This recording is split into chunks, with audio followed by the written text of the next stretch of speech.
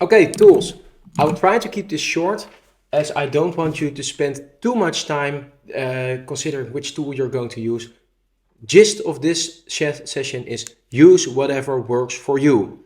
So I will describe what works for me, but and explain how my journey went. But you might be in a different phase. You might have different preferences. Keep that in mind.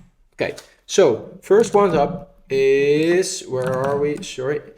Of course, the workbook that we provide to you. There are several assignments and tablets or tables that you can use to create your action plan. So what steps am I going to take when, in which situation? In other words, how am I going to move to the next island, so to say? Find the link in the text below, okay? Other than that, there are also other models, like for example, Tony Robbins, RPM. I'm not going to dive too much into the model. We will also share this link in the slides, but it is about making this massive action plan. Again, don't get lost in the planning.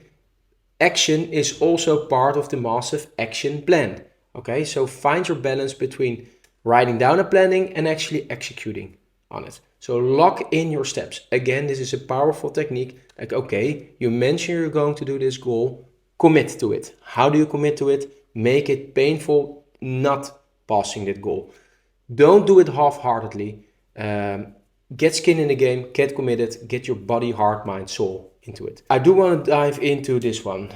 So Tony Robbins, again, we will share you the link towards his model, but in short, it's basically what we already said about the boatsman, the quantum model, the right goal. And in the end, it is about the right goal.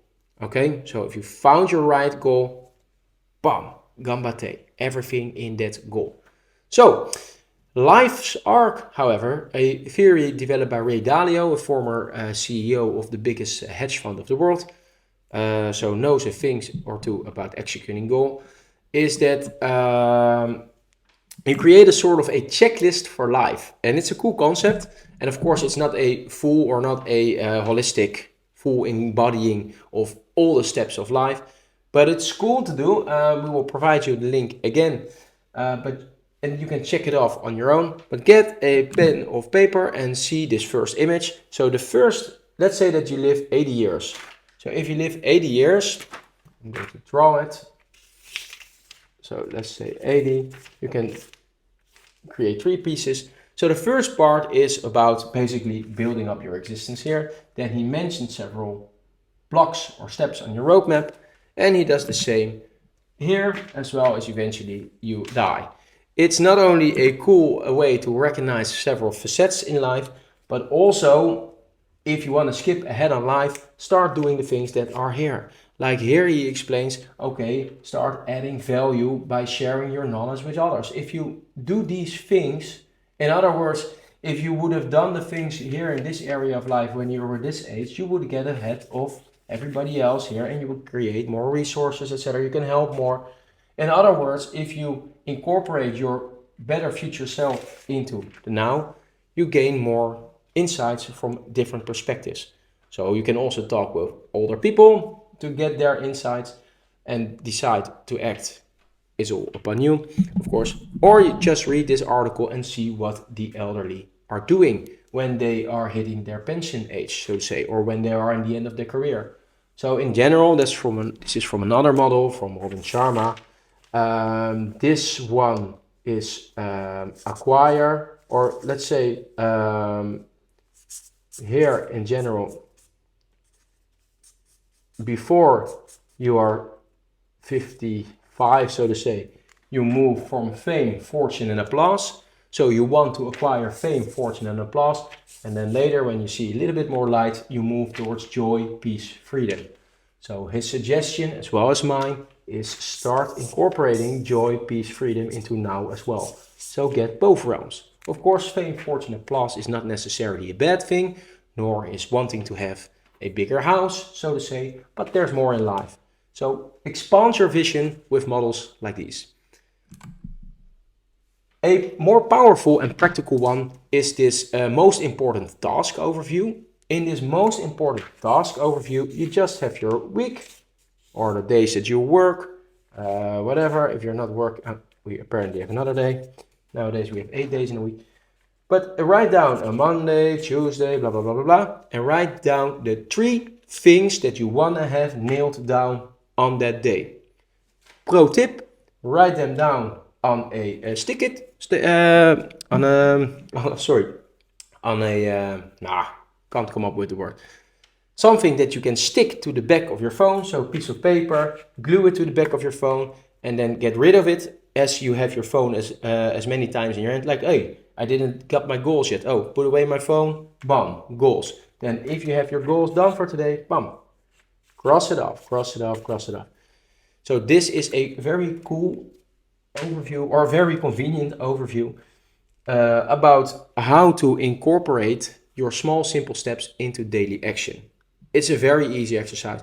If you can't fill in this and execute, then you know that you're procrastinating. Like, this is also a procrastination test.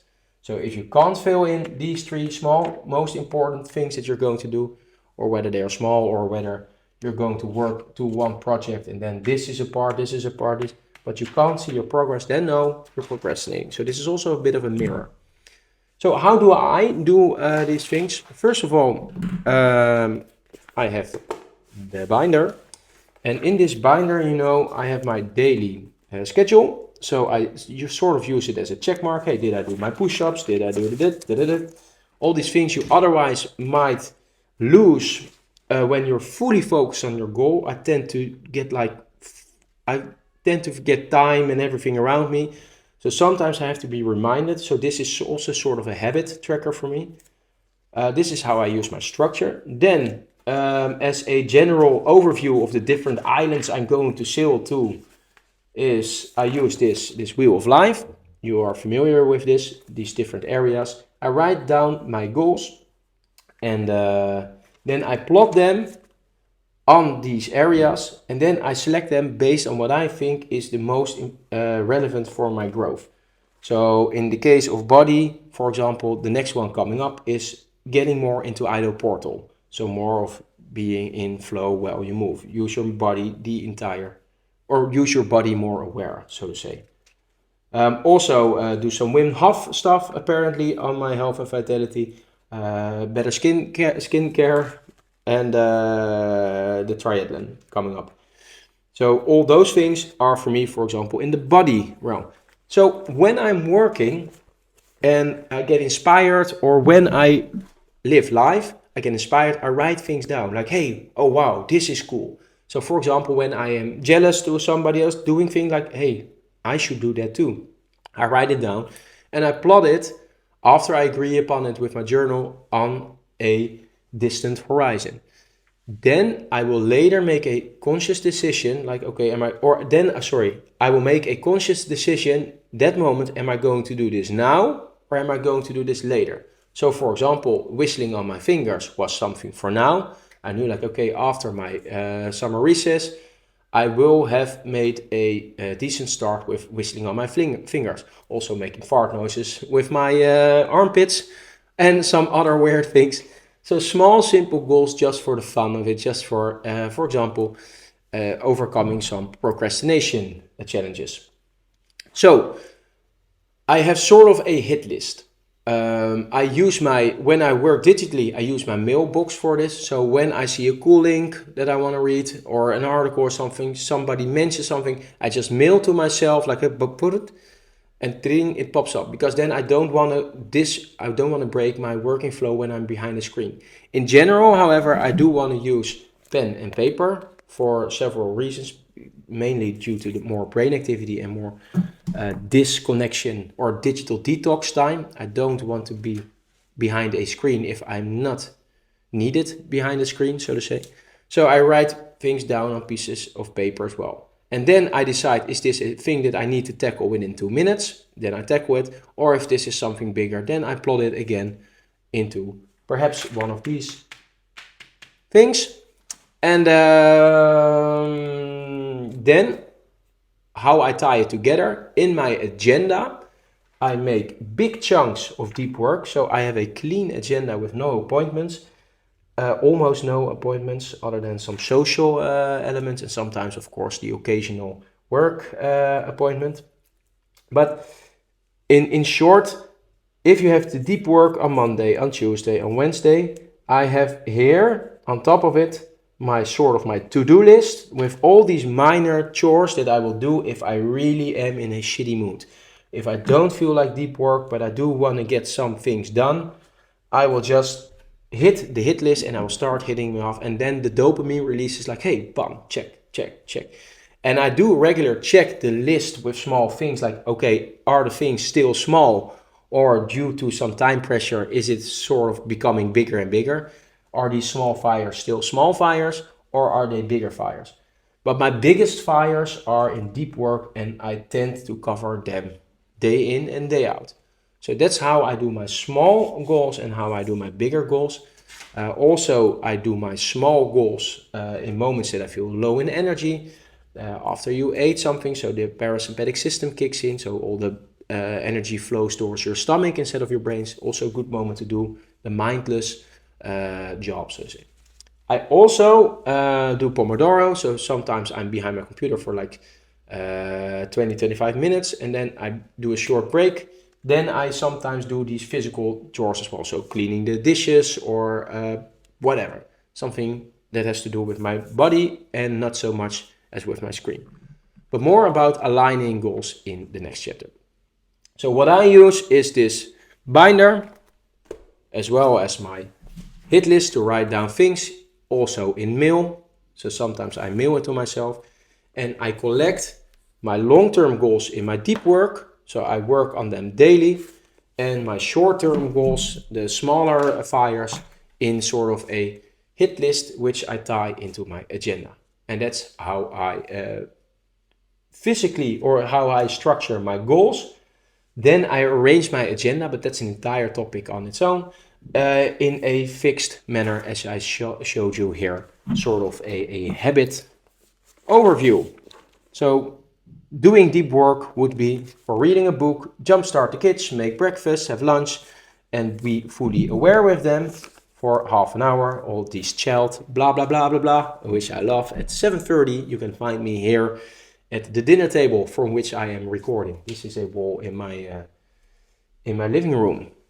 So finding recording time is difficult, but hey, we're managing. Then I've asked ChatGPT for a bunch of other tools, which you will probably never use, but hey, in case you want to go all out with all these goal planning tools, definitely check that list. In the end, to conclude, use the tools of your liking, find what works for you, maintain clarity on what feels right for you in now. So authentic, right goals, present. Don't get lost in the tools, and never, never, ever forget this is a continuous process of iteration. You get better the more you practice. So better start practicing, and never forget, action provides clarity. I will see you in the next chapter where we're going to discuss a little bit about alignment. So how to combine these different goals. See you there.